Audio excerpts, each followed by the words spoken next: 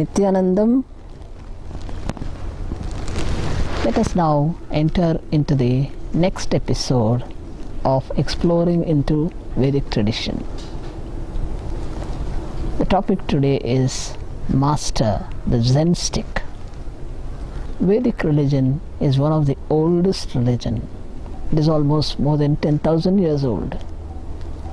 And in this Vedic tradition, the basic practice was dhyana or meditation, deeply contemplating on an object or an idea. The deep depth in the concentration will make the object and the subject, that is you, lose its form and name and enter into a neutral space, higher space. That is what you mean by dhyana. This word dhyana, when it went through Buddhism into China and Japan, it transformed into the name Zen. Zen, that word actually means a state in which you are just pushed into the present moment. When you are in the present moment, you are in a no-mind state. Now, this Zen can be viciously given or forcibly given only by a master, because the master knows all the mental setups that he can come across. He has had the experience of what each mental setup would be, because he has traversed through all these paths. And a disciple who goes to a master may be treated in different ways. Each disciple will be handled in a different manner by the master. A person who can understand the base of all the ways in which he handles a disciple probably has an inkling of what the Zen is. Let me tell you one story from an Upanishad. Chandogya Upanishad is one of the major Upanishads. In that, there is a mention of a story. A small boy, Satyakama is his name. He is a village boy. He sees his friends, all of them going to a Gurukula or a place of study under a master. This boy is very keen to join a Gurukula and learn. There was inquisitiveness and interest in him. He goes to his mother. Her name is Jabala. His mother. He asks his mother, if he has to join a Gurukula, he has to mention his Gotra. Gotra means the lineage from which he has been born. That has to be informed in the Gurukula. It's just like giving a birth certificate of the present days. He goes to his mother and asks her. Incidentally, his mother does not know the name of the boy's father. She tells him, I do not know the name of your father. So be truthful, honest, and tell the Guru the entire truth. And then tell him that you are Satyakama Jabala. Tell your name as that. The boy goes to the Guru and informs him the truth as it is. The Guru or the master, on listening to the boy, immediately realizes that there is absolute truth in the boy's words, and he accepts him as his disciple. The job or the work that the master gives to the boy was, he gives him a few hundred cows which are very lean, weak. He tells him, go to the forest and come back only when these cows have multiplied in the 1,000. The boy, who is very sincere, very ready inside, he has an openness. he accepts the words of the Guru as the highest discipline he has to follow. He takes these cows, goes into the forest, sets up a tent and keeps looking after the cows. Days pass into months and to years, and the only work that he does is looking after the cows. The cows have become fat and they are very happy, and there were umpteen number of calves that are born. Finally, after they have multiplied into 1,000, one of his cows tells him, "Master, we have now grown into a family of 1,000, and you can now return to your Guru and inform him that you have multiplied it."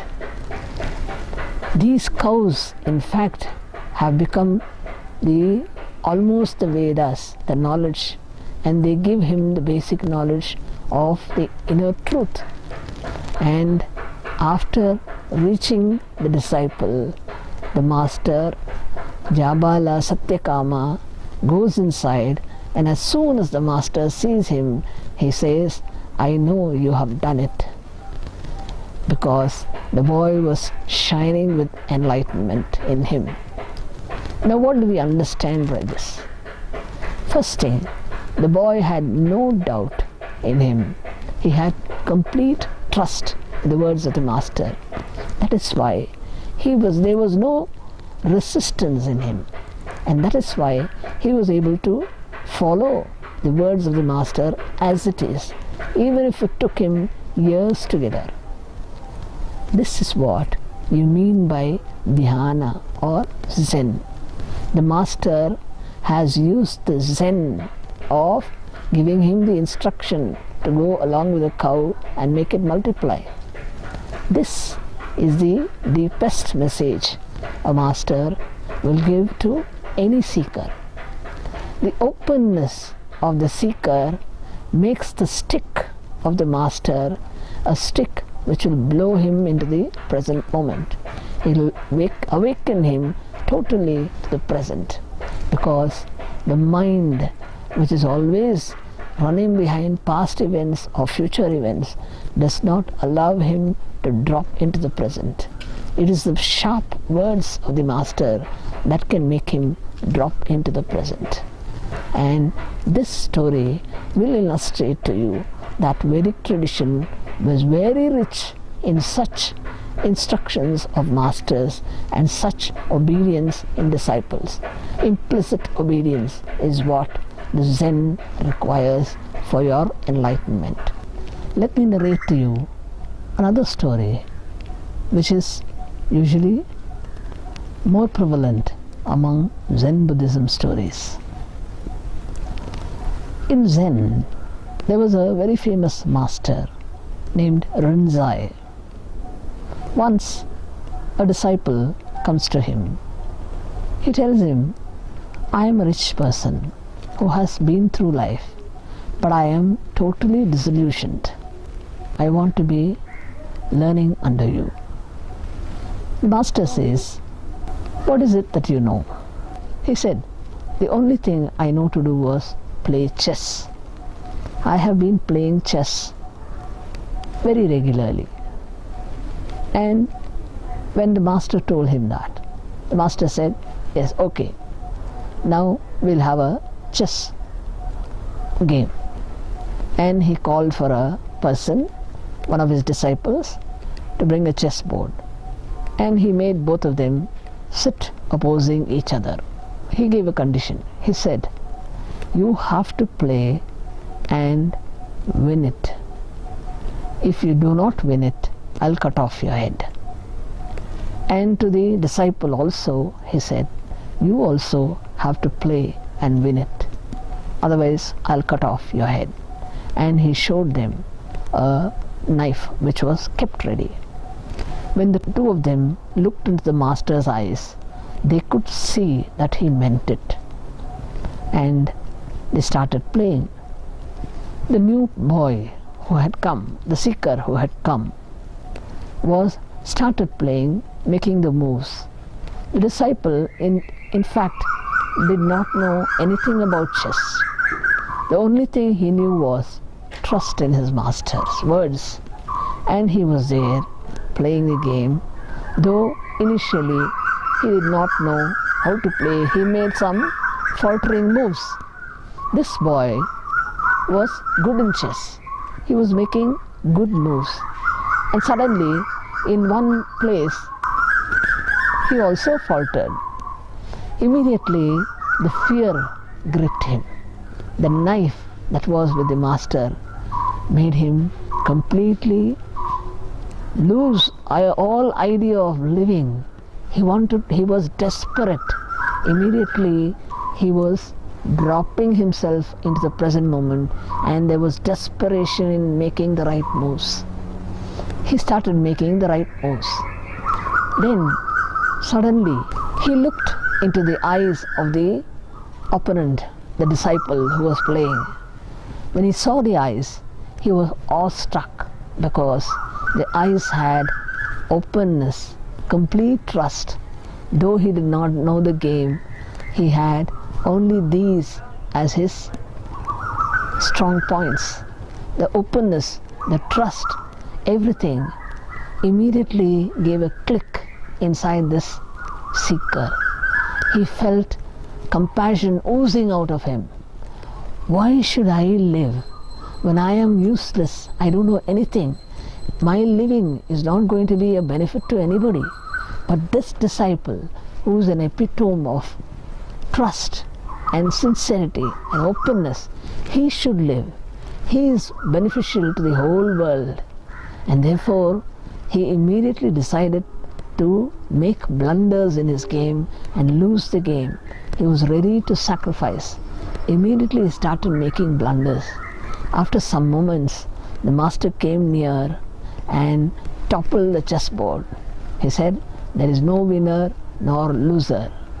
And then he called the boy and said, "Today you have learned the lesson of trust and sacrifice.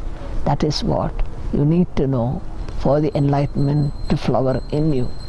Each word, each action, each breath of the master is always filled with compassion. Though it may appear harsh, please, if you are a seeker, please go in and look in. You will understand the idea behind what master's words are, what his actions are, what his body language is indicating. And if you are intelligent, you will understand that he is always bent on making you enlightened. He will go to any extent just to raise his disciples to the state of enlightenment.